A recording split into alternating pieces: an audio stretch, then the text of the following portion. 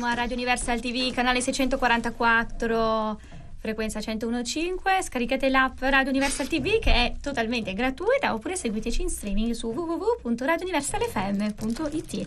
Volevo ricordare Pino Caruso, una persona di spessore culturale. Una maschera siciliana e un volto nella TV negli anni 70. Un pioniere della Ha lavorato anche in Rai, numerosi sono stati i suoi progetti appunto per la Rai, ha anche recitato al Bagaglino.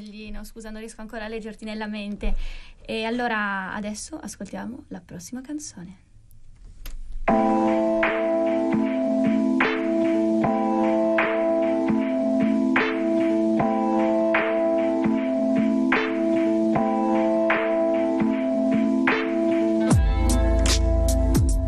Fuori di proiettili nell'anime di